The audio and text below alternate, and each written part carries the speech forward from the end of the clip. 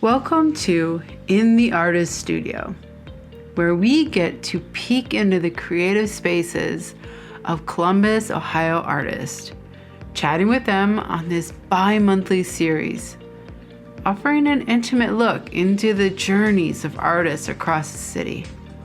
Hosted by Tina and proudly presented by the Franklinton Arts District. Thanks for joining us.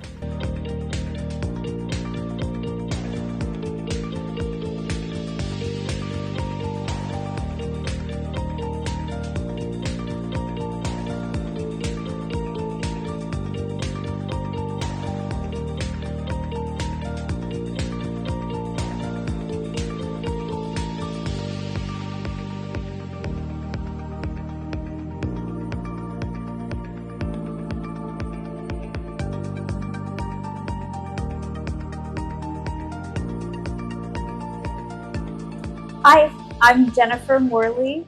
I go by the handle Audio Acrylics.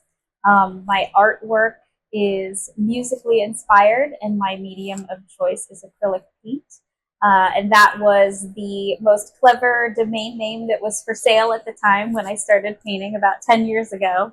I don't actually have that website anymore, but you can find me on Facebook and Instagram. If you look for all the bright colors, you found the right spot.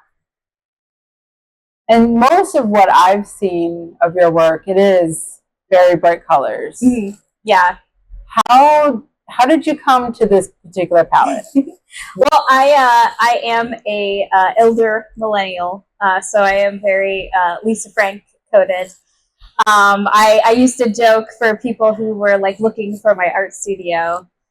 If you see the spot where it looks like Lisa Frank threw up everywhere, you found the right place. So but I always have my original abstract paintings were very bright and vibrant because, like I said, I am very musically inspired.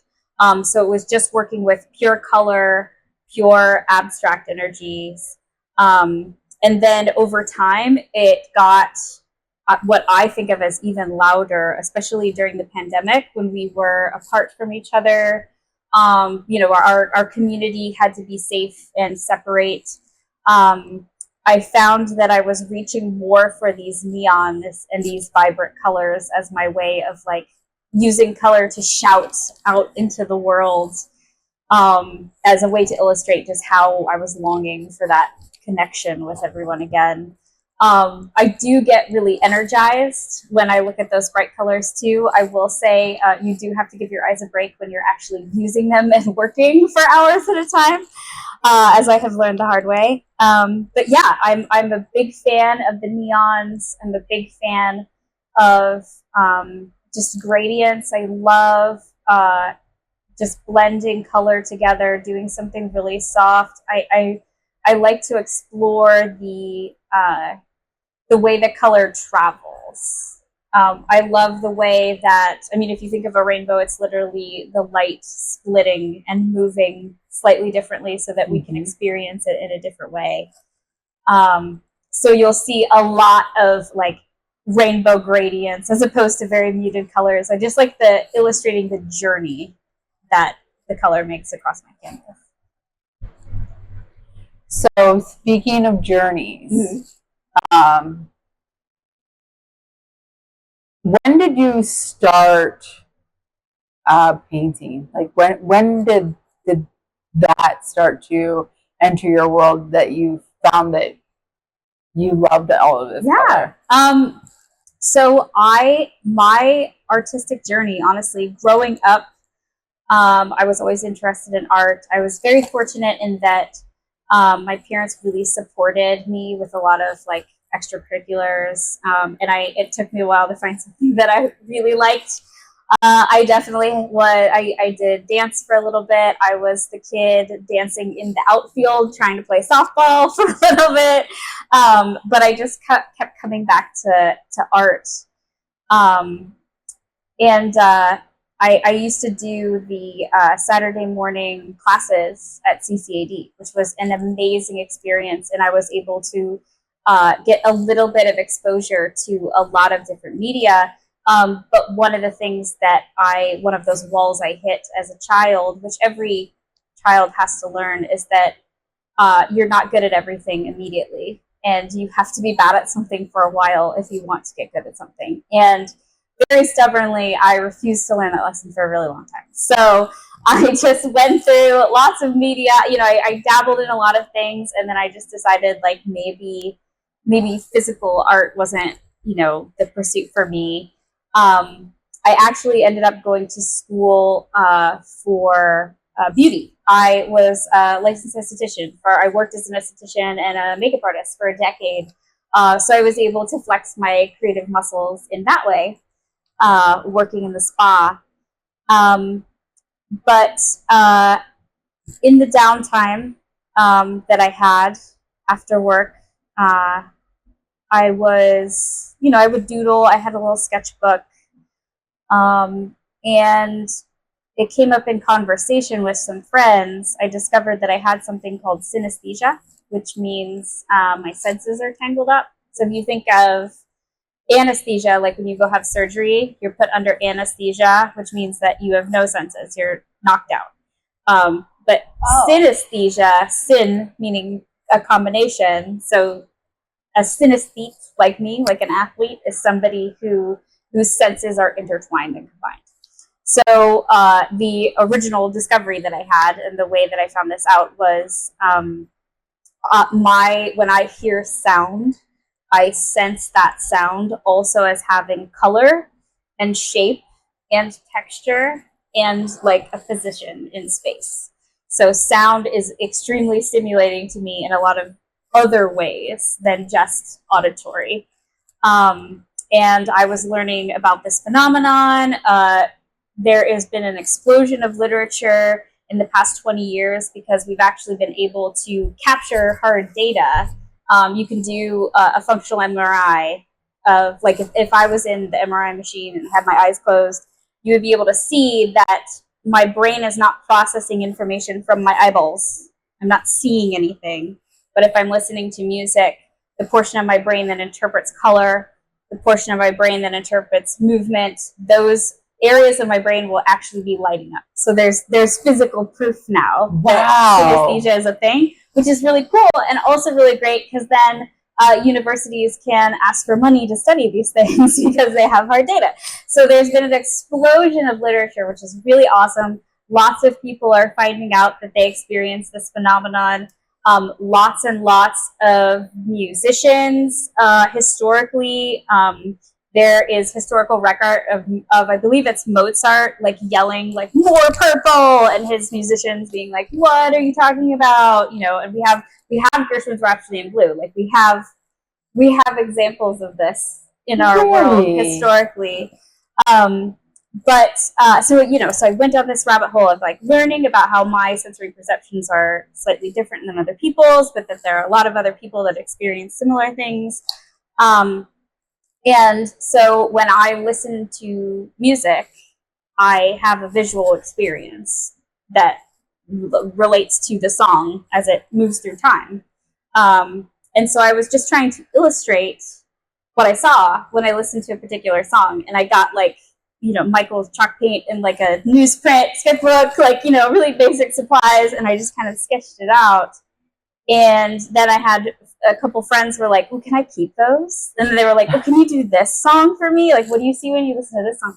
And it was just like a light bulb moment of like, "Oh, I should make more of these. I should keep going." Yeah. So I got more supplies. I started really putting in effort and energy and focus into creating a collection.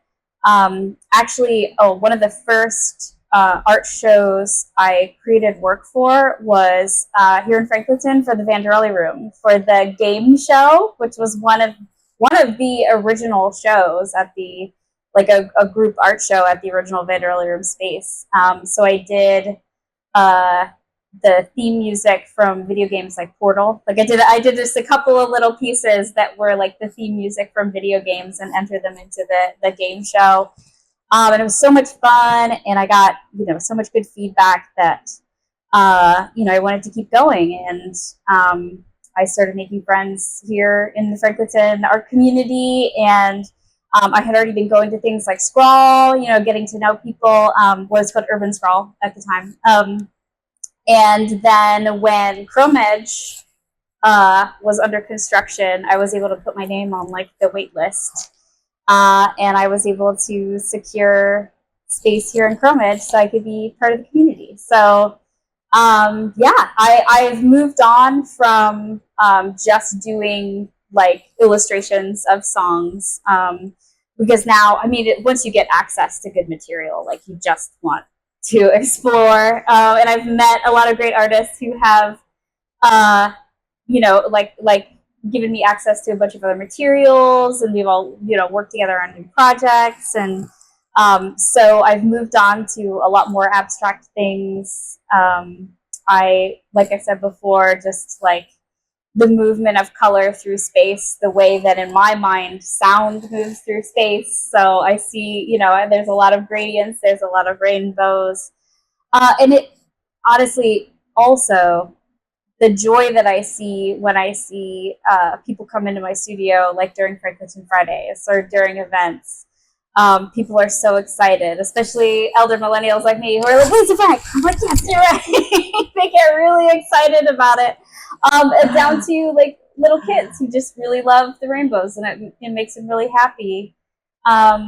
People who are really moved by, I have a series of paintings that are spirals, and they're actually my illustration of like thought spirals or anxiety spirals. So like maybe a little bit of a deeper, darker topic, but it draws people in quite literally as the spiral, and people will tell me how they interpret it. And a lot of people have even said out loud how startled they are that they're sharing things with me just by looking at a painting that they were compelled to share with me or with the other people in this room, because of the artwork itself.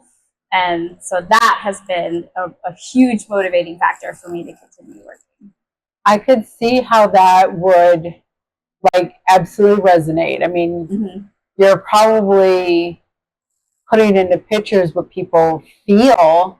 Yes, that's what I try to do. That's what I try to do. And we all feel that, and I think especially now we're all acknowledging those feelings and processing them, because it has done its work. And then the ones that I like to look at, then I put up on the wall. So not everything goes up on the wall, and not everything is specifically designed.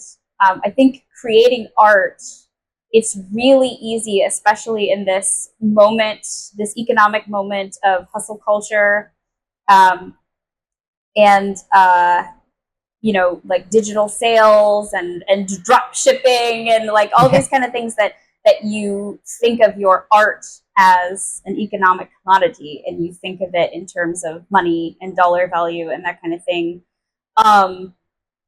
And I try, it's very difficult for me, but I try to have a mindset where I'm creating for the purpose of creating. Like a little kid wanting to color with crayons. I want to give myself that permission, and it's weird to say permission, but it feels like you have to give it to yourself. Yes. You have to give yourself permission to play with your materials. Even though I know exactly how much all those materials cost. Like, it's very difficult sometimes to do, but my best work comes out of it, and all of my big ideas for collections, for group shows, for like events, have all come from play. They've not come from me being like, I want to bang out a 20 by 20 so I can sell it on Friday. Like that, all of my big ideas come from just therapeutic play, just like even planning, like I'm going to paint over this unless I really like it. I'm just doing this while I'm catching up on my episodes of Critical Role. Like, the purpose isn't painting, the purpose isn't doing something else, but I'm creating at the same time. Like, that is really important. And I'm saying it out loud to you, and I'm saying it out loud to myself, because I have to reinforce that it's okay to do that. I think it feels really good.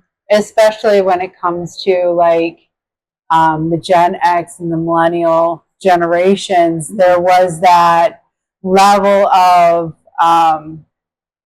everything seemed to be overly valued. Like it was this precious commodity. Yep. You couldn't waste it. Yeah, no way, absolutely. You cannot waste it. Yeah. And I certainly like I get that mentality. I have it. It's ingrained. I do. I often will like I'll be like, well, I don't want to waste that. And it's like, no, stop that. Yeah. It's okay. You know, it's all reusable. Yeah. You know. Well, and even if, and I have my paints that if I still feel that way, I'm like, okay, well, I won't use the good paints. I'll use like the medium paints. Like, you can still do that. But, yeah, it's kind of ingrained in us to don't be wasteful. And I think I have seen over and over again the value in the meditative creation, in just letting yourself play, letting yourself color, letting yourself finger paint.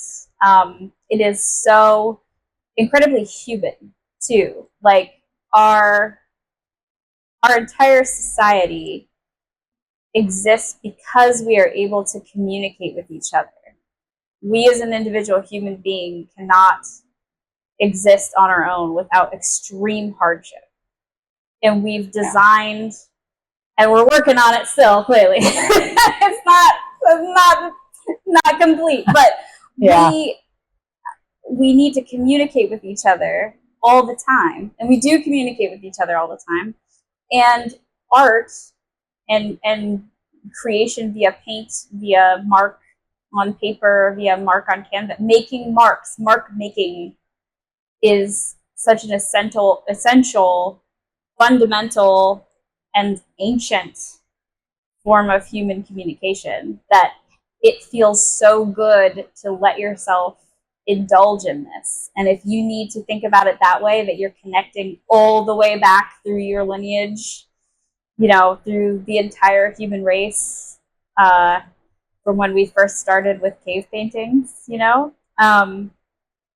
it let yourself indulge in that and know that your mark making is not just for current economic profit. It is like a very human thing to do in the way people talk about this, but it's so true, in the way that birds sing and crickets chirp. It like human beings make marks, like we communicate with each other. It is a thing we do. And I feel like we need to get better at giving ourselves permission to indulge in that very human thing. Yep. So this piece that you're working on. Oh, this guy? Yes.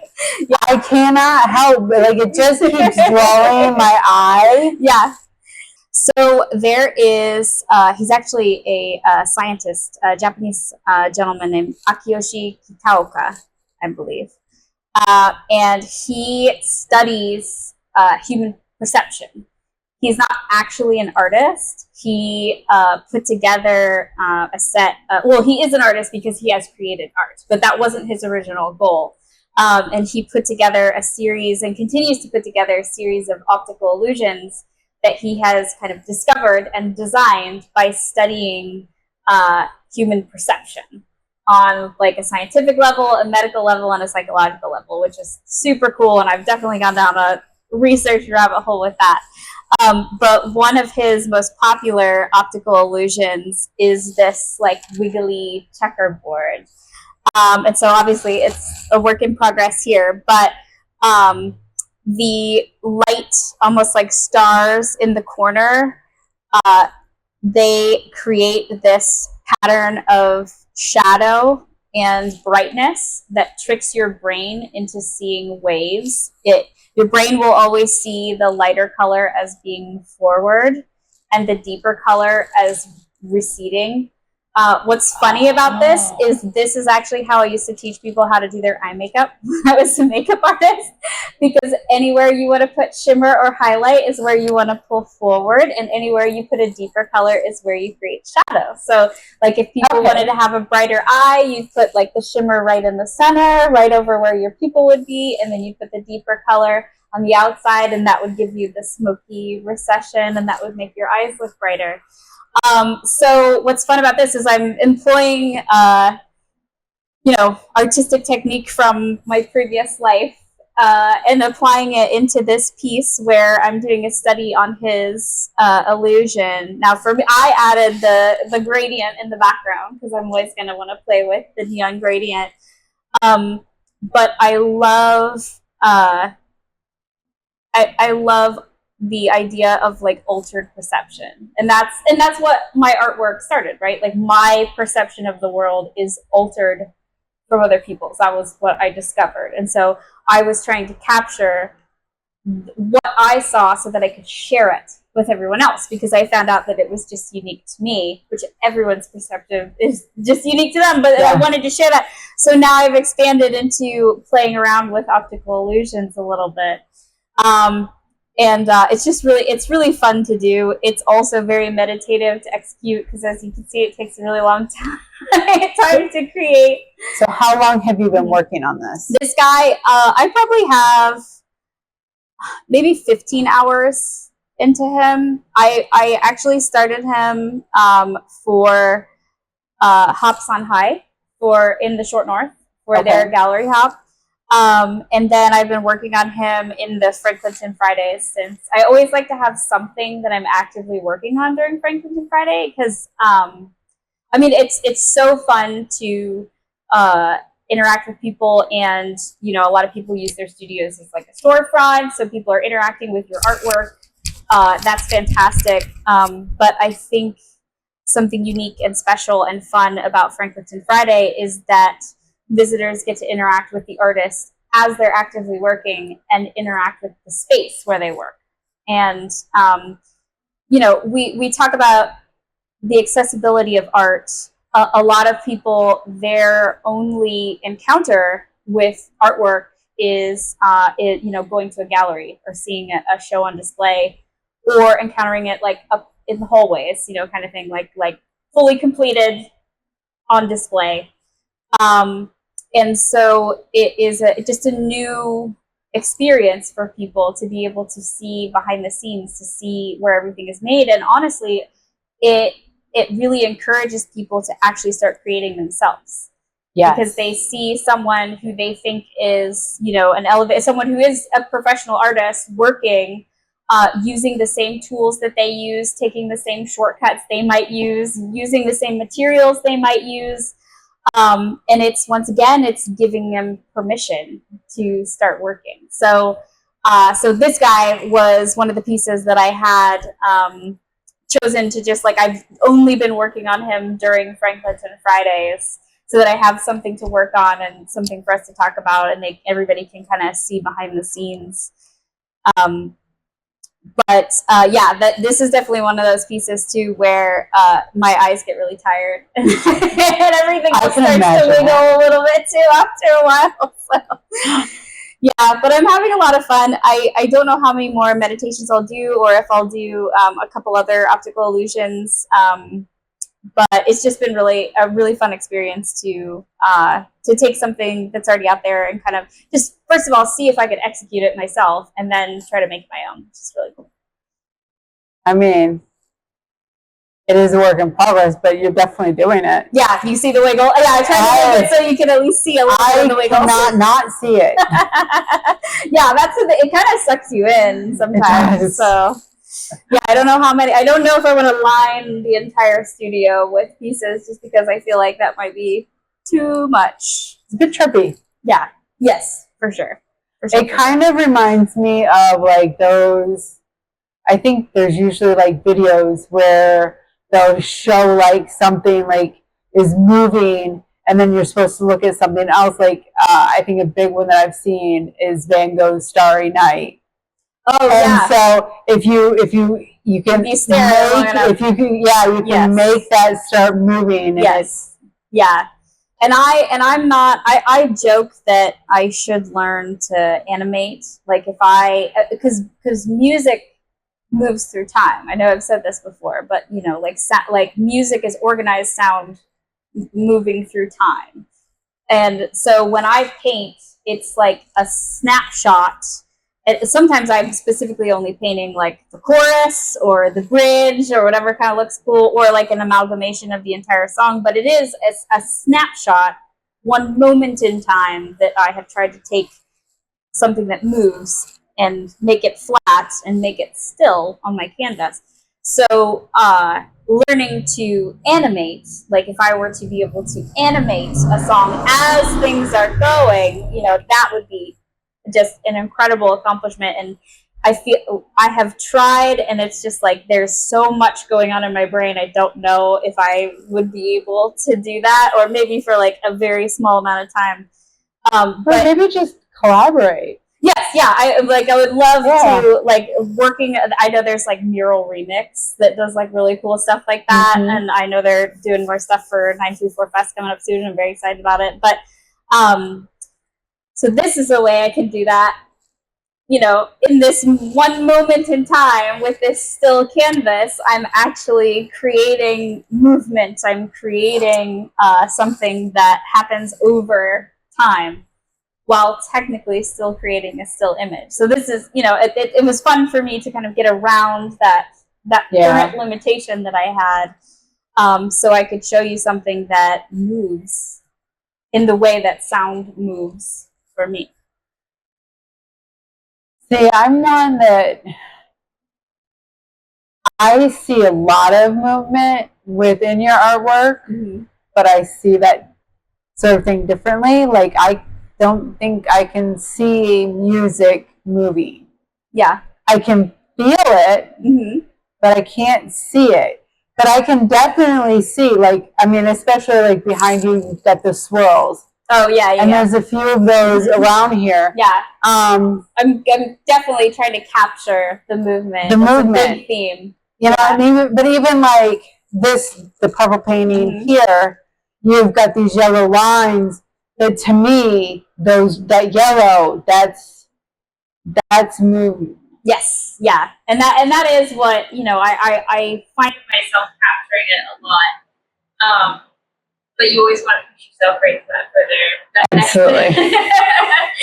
So if I'm having like an actual optical illusion, like that was another hurdle. So, but yes, I do illustrate movement a lot because that's the other thing too is my experiences, my extrasensory experiences are a little bit physical too. It's not the, I do have like a sense of movement. It's one of those senses that's your extra beyond the five senses that we always hear about. There's your, I believe it's called interoception, but it is your sense of where you are in space. Okay. Where your body is in relation to everything else. It's what keeps you upright when your eyes are closed. It's what gets messed with when, I don't know if you ever had a earache, and you close your eyes and you start tilting because you're trying to keep you up. Like that equilibrium. Yes, exactly. Like, that sense of where you are in space. So for me, music messes with that sense for me. So I feel like I have conflicting information. I know I'm sitting here, but I feel like I'm over there when I hear certain sounds or that kind of thing. So there's lots of extra sensory information going on, and a lot of it has to do with movement. So I'm not at all surprised that like it shows up in my artwork because it's something I'm not even conscious of. Like as I am speaking to you right in this moment, I am realizing that that's probably why movement shows up all the time, because I'm literally getting multiple conflicting like sensory information about where I am in space at all times. Yeah. It makes sense too that like I wanted to dance and get control of that, and then I was just like, I'm not doing this anymore. It's too hard. No, but I'm sure like with dance, like you have music going on, so that was gonna certainly like affect that. I was always told that because I wasn't necessarily physically great. My turnout wasn't the best, but it was pretty good. I never managed to be able to do splits, but I always had like perfect timing. My timing for my movements. That makes sense. And if I had all that extra sensory information, you bet I'm gonna have it like right on that beat. Now that I'm an adult and I'm thinking about it, so yeah, I was always like, I was a kid who would be put in the front, but I never had, it's just like little kids just pointing and like one little. I didn't have the best plie or anything, but I always moved at the right time, and so then the other little kids would follow. But then as you get to the point where then now you need to actually be good at it, I'm like, oh well, I don't want to do that. That hurts. I don't want to practice the splits. And then I saw the girls, the older girls, like taking off their boot shoes one time and like bandaging their feet. And I was like, I'm out. We're done. Not doing this anymore. Ironically, as now I'm a muralist and I'm like doing all this kind of physical bananas, like trying to fit in small spaces and climbing up big ladders and stuff. At the time, I was like, oh, art would be great because I'm just sitting still in my safe little comfy space, using a pencil or a pen, and then, life never turns out how you think it's going to be. No, it doesn't. And I think the first time that I met you was at last year's Mural Fest. Oh, yeah, I think so. I think that was, I'm almost positive that's the first time that we met. And I remember you like trying to choreograph these like blocks of color. And I'm like, I don't know what she is doing, but that's amazing.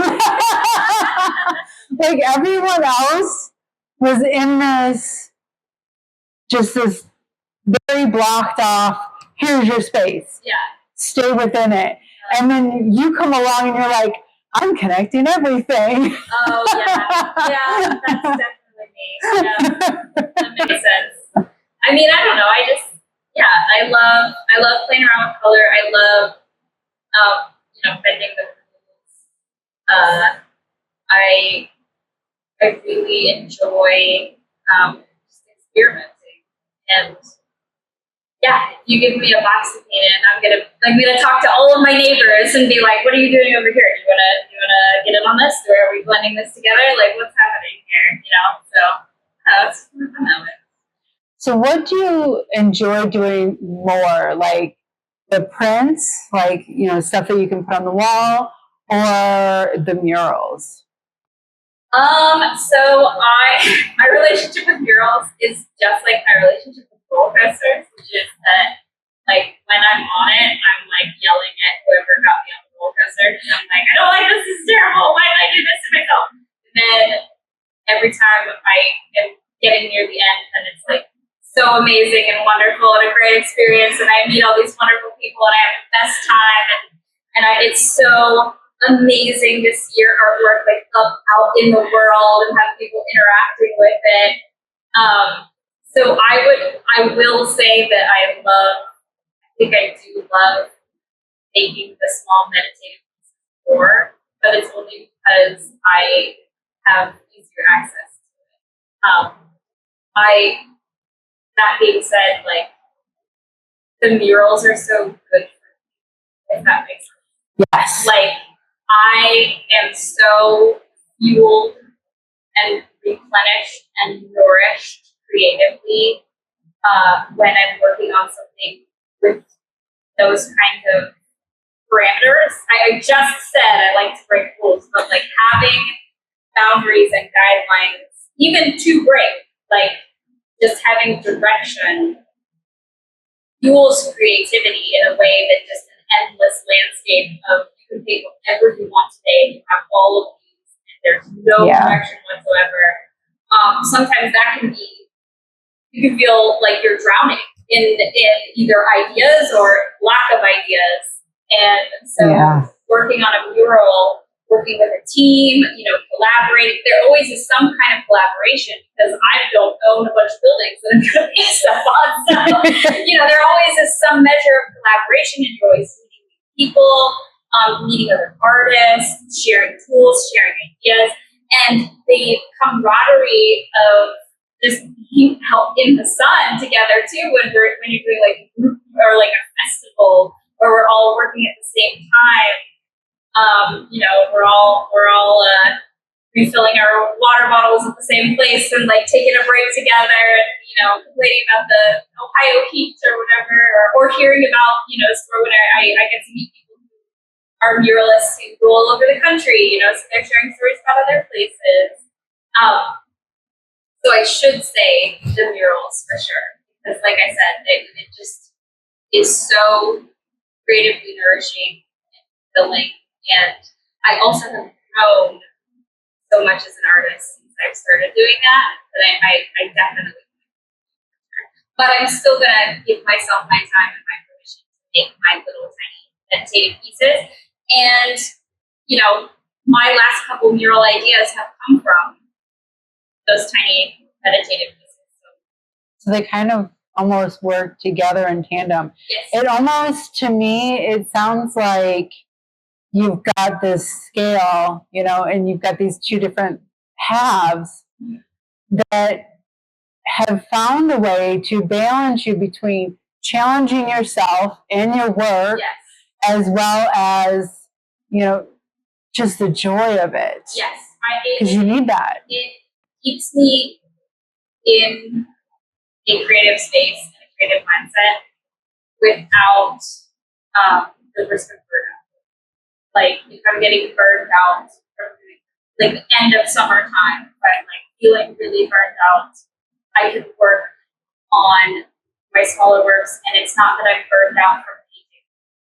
It's not that I'm burned out from art in general. I just needed to pivot a little bit. And then when I'm just like tired of sitting in one place and staring at the same thing over and over, then I can pivot to, being out in the sunlight or, being out in a nice cool breeze and working on a wall outside. So having those things work in tandem has been, now that you have pointed out to me, I'm learning a lot about myself in this process, honestly. We are always learning about ourselves.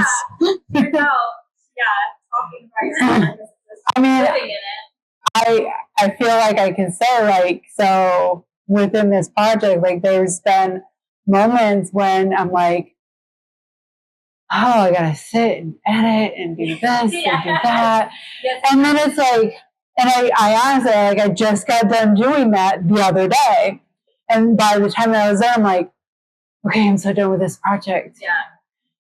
You're going to do this again? Yeah.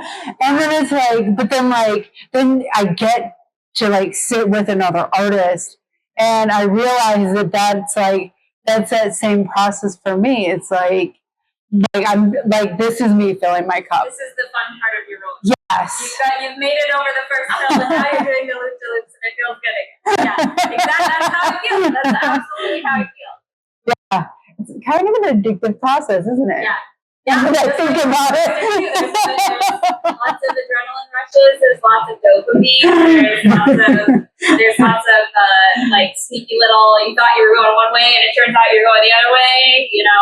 Afterwards you might be a little dazed at the end. You certainly need to drink more water always. But it's been very, very nice to have so many different ways that I'm comfortable expressing my creativity, whether it be on a small scale or a big large. Yeah. But yeah, the tedium of even just the little things. I talked about how amazing the collaborative process is. It is amazing. But when you have a bunch of emails and all you want to do is think, it's life, right? Yes. Yeah, dot the I's, cross the T's, and all of that. And you're just give me the paint. Leave me alone. And that's why I love bringing this to credit. Because I literally am this is all I'm responsible. I'm literally doing my work right now. My main responsibility right now is to have fun painting and be here for people that want to come visit. Yeah. I love it. I love being part of the community. Because it gives you that dopamine hit and reminds you that it's not all tedious. Yeah.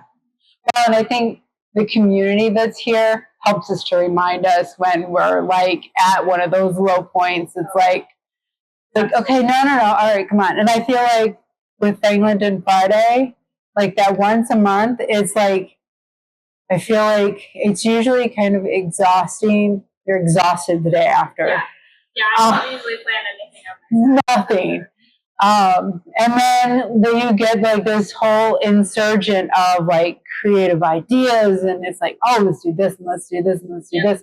And then it's just about like a week out, and you're like, oh man, am I tired? Wait, I've got another Eglinton Friday. And then it comes, you're like, wait, no, this is where I am. my partner, he teases me all the time because I'm always stressed on Eglinton Fridays, and I'm always like, I don't want to do this. And it's the same day, it's the roller coaster. It's the click, click, click of going up the hill. And I'm like, and he's like, you love it. You literally live for this. It's your favorite thing in the whole world. Like, let's go. We thought, and maybe if everybody who's watching this takes away one thing, it's that everybody has that clip of like roller coaster moment with everything we do. Whether it's just that you have a cute little sketchbook and you don't want to mark anything in it yet because it's too cute, versus like you had a whole entire wall to paint. You've been painting walls for years, and all of us have that feeling of anxiousness before we leap into the next creative endeavor. It's a very human and very universal thing, even though, all of my art is about like my extra experiences, but that one is for everybody. Absolutely. Absolutely. With the past of your journey, I feel like we've also covered your present. What do you see or hope to see for your future? I do definitely want with murals. I just finished a mural on the concrete steps in the Columbus Commons, right by the stage, and it was such a fantastic opportunity. But there are a lot of other great artists who are doing murals up on the Lazarus Building, up on the glass and everything. So much great art is going in there, and being able to leave my mark on like landmarks around the city.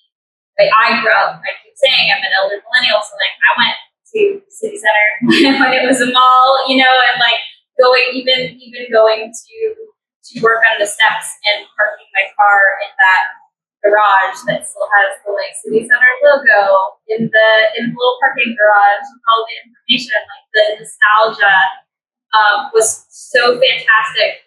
And also kind of in the back of my mind, so many people doing mural upstairs was interesting and wonderful because I was always working on one side and the other side was open because I didn't want to block. I didn't want to get so the pedestrians could get through. Yeah. But what that meant was I got to talk to so many people who were walking past me and asking me questions and telling me they were excited about it and telling me they had been watching my progress and cheering me on when I was trying to beat the rain that was coming, that kind of thing. I even had down to like I had people come up and ask like, do you need an apprentice? Do you do this like personally? Like, other artists were coming up to me. So cool. And I had this little thought. It seems really big-headed. We talked about this earlier that as an artist, you have to promote yourself. You have to think of your work as communicating and touching other people.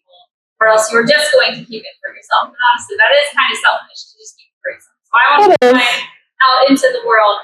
And the idea that someone is going to have a nostalgic connection to the rainbow stairs that I just painted. Like, there are yoga classes that were happening, I think on Tuesday nights. There's like an aerobics class and a yoga class. And the instructors up on stage, and everybody comes. They bring all their yoga mats, and they were all sitting out on the lawn doing yoga while I was painting. And there were like kickball tournaments happening in the background. There were families with little kids, and little kids would come up and asking me about the artwork and everything. The idea that maybe even just one of those little kids is going to have a nostalgic memory, like their memory of the Commons Park is going to be with those rainbow stairs, like. that's really cool. It's a really cool thought. And I am so in touch with my nostalgia. I mentioned Frank already. And knowing that creatively, even collaboratively working with, like I said, I'm doing Scrawl coming up. Like Scrawl is such an amazing event that so many people have been involved with over the years, and so many people have fond memories of, nostalgic connections to, and knowing that my artwork is part of that, and it is in someone else's head, even just a little bit, even if it's just their mental image of the stairs now has those colors on it that it didn't have before. I'll be chasing that forever. I want to keep doing that. I would love to keep putting my artwork out into the world, and the mystique of that, like knowing that maybe nobody will think of it that way, but the possibility is there, right? The other people are experiencing the art that's out there.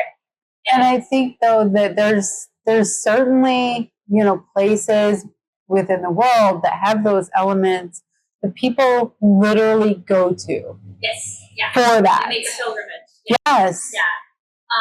And it would be so cool. Yeah, I was very fortunate with this one too. The downtown Columbus group that I worked with, Megan I worked with extensively. They were very open to a lot of my ideas and gave me a lot of creative flexibility. So I was able to also create something that was dedicated to my grandma MORLEY. She passed away in December, and she had the most exquisite home decor, and I have such wonderful memories of her surrounded by all this really cool painting. She had abstract paintings on the wall, so my exposure to abstract art at first was at her house, and she had an amazing fashion sense that she actually used to model for Lazarus. So we have newspaper clippings of her modeling clothes for Lazarus, for that Lazarus downtown. And I remember as a child going to shows where she would walk the runway and she would model the new clothes for Lazarus. And so the color palette that I chose was colors that I had pulled from her home. She was an amazing homemaker and had 9 children. So wow. So her home, and that's always where she wanted to be. The favorite place in the world was to be home, to invite us into her home, and her home decor was incredible. And so I pulled all these colors from things that I remember being in her home, and the things that she was surrounding herself with, her shade of lipstick that she always wore, that kind of thing. So there will be pilgrimages to these stairs, because with the 9 children comes the 22 grandchildren, and so oh goodness, I'm the oldest of the 22. There's a long line of us, and so I've already let everybody know that everything was complete, and we're working on plans to possibly meet up there, and people are going to be drawn to those stairs. My family with our specific personal story with it, but art draws people in. And so who knows how many other stories are attached to things. I know personally, even just for the simple fact of let's meet at this statue over here. We are, as human beings, we are drawn to artwork and we create memories, in these places that have these beautiful works of art. So yeah, I definitely will be. I'm looking forward to continuing to make murals, to continuing to expand my footprint in Columbus, and maybe further out into other cities. But I am a big Columbus fan. I love it here. This is my home. I've lived here my entire life, and I would just love to create more artwork that is part of this space that draws people in, that people are able to make memories, even if it's just the background. That would be really cool. That is awesome. What is a piece of advice that you would give a young artist? Piece of advice. I would say anything can be art materials. Literally anything. If you have a creative idea, you do not need to wait to purchase or to find the means to get your hands on something nice or something from the art supply store. Sketch with a broken pencil, make things out of rubber bands and sticks. Like literally anything can be art materials. And if you need, if you are struck with an idea, just like get it out there into the world. Get it written down. Get a sketch sculpted, because you can always go back and revisit it. Yeah. There are so many times that once again we go back to the like giving myself permission. I had ideas that I wanted to execute, but I felt like I didn't have. Well, no, I said feel because it still happens to me. So we're gonna let that in there. Sometimes I feel like I don't have the right equipment or the right supplies to execute the idea in the way that it deserves. But I have worked really hard to not let that hold me back and to just get that idea out on canvas, out on paper, or out on a wall, out on concrete. Because you are the first hurdle in creating your art. You are the first person that stops yourself from creating. You are the first person that sets it. And we always are so worried about everyone else, either what everyone else will think about what we create, or if you won't like it, or if they will censor me, or if they will try to stop me from doing it. But we are the first person